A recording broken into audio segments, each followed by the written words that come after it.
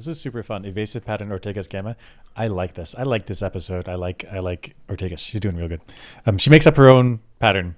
I think it's great. Ortegas, you know how you used to brag you were going to be the best pilot ever to graduate the academy? Word gets around. What's your point, sir?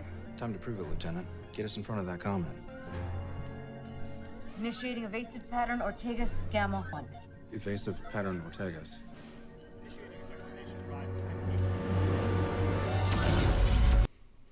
Worked, right? Dodge the shot. Worked.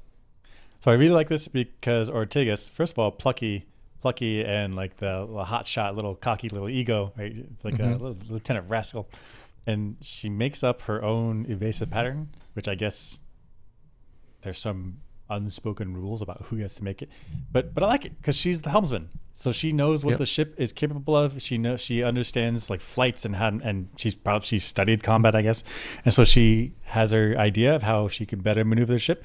Make up your own evasive pattern, name it after yourself, because it is your thing. I like it. I wonder if she made the evasive pattern in simulations, or if she actually got to take this chip out for a spin and give it a try. I'm betting simulation, because otherwise there would have been some time before, like, Ortegas, what are you doing with our ship? Like, I'm doing evasive maneuvers. Yeah. Like, which one are you doing? Like, mine. Yeah, so I wonder what the process is to get from simulated to vetted to on the ship's computer. You know, There must be a process. I bet what it is she simulated it, and then during other maneuvers, she tested portions of the maneuvers with the real ship. And so then she's like, I know I can do section 2 because I've hit this hard G before. I know I can do section 3 because I've done like a rotation thing else. Like I just got to string them together. Well, that's cool. So I wonder who signs off on that. I wonder if she signs off on it, that's good enough. Or apparently right now, because it's happening right now. It's happening. But Mike's like, what? What? Okay. Also, I really like this because he looks at her. He's like, you named this after yourself. And Una's like, I don't know. I guess so. Like, I don't know. He's like, okay. This is totally like the mom and dad. Like, did you see what our kid just did? Like, I don't know. Kid did it. Didn't we say in science the best thing to do is if you come up with a new theory or something, name it after yourself? I mean, the ideal is you leave it unnamed and a colleague names it after you. That's perfect.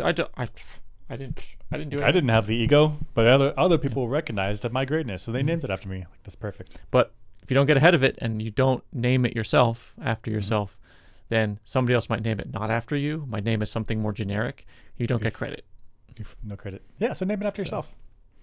So good, Little like cocky, plucky, politicking, hotshot stuff, great stuff.